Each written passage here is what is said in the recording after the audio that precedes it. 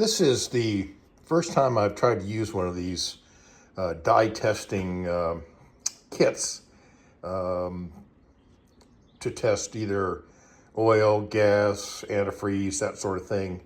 And these are the components that go into doing that test.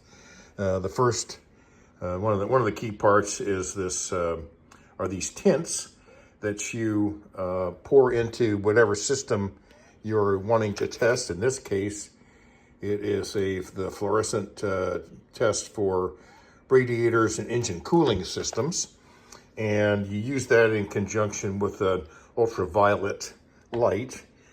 And once it's run through the system, we should get when we put an ultraviolet light on it, we should get a green tint to the glow. And so what I'm going to do is I've just got a quarter cup of antifreeze just I'm going to pour the tint into the antifreeze just to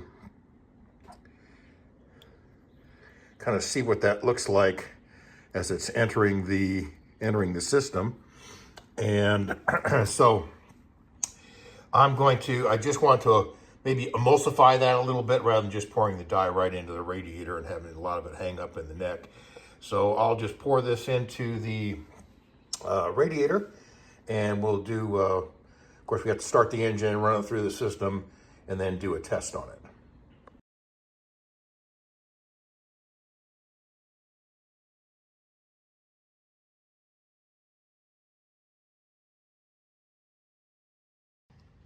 So I'm back from my drive, and I put a couple of trays down with some paper towels.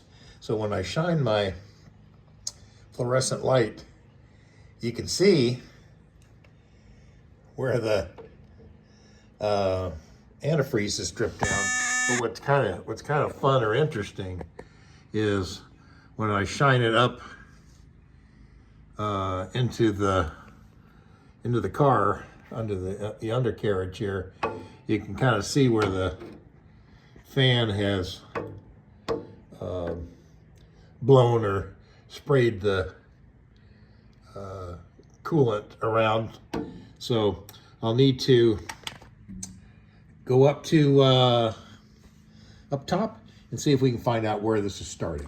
So looking down into the car, just trying to find out where things are leaking, you can see that there's not much of a chance of figuring out where stuff is going. But when I bring the fluorescent light in, I've got some clear at the top of the cap around the filler neck here where it's kind of pooling up, which makes me kind of wonder if there's a failure in that cap. I've got a little bit on the top of this hose. That's the heating system coming down, feeding back into the radiator hose.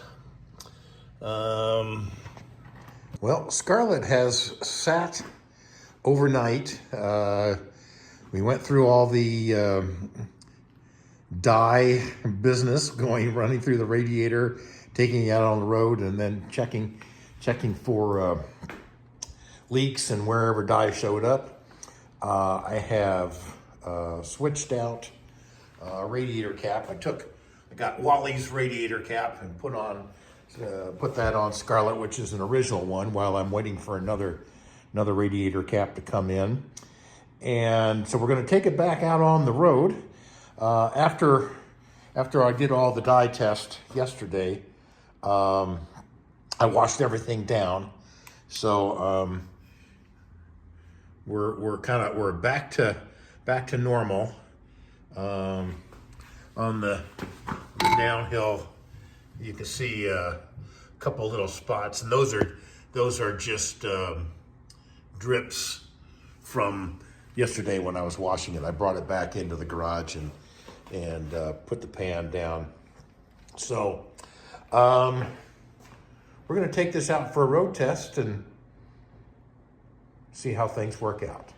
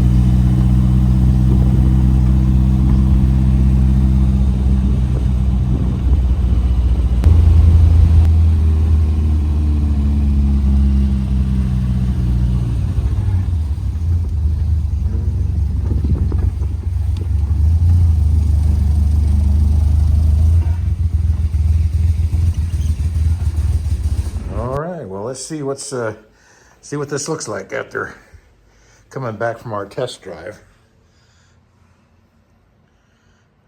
I'd say that is looking much, much improved. Nothing on the overhead. None of the overspray coming off. And just still my same little drips down there.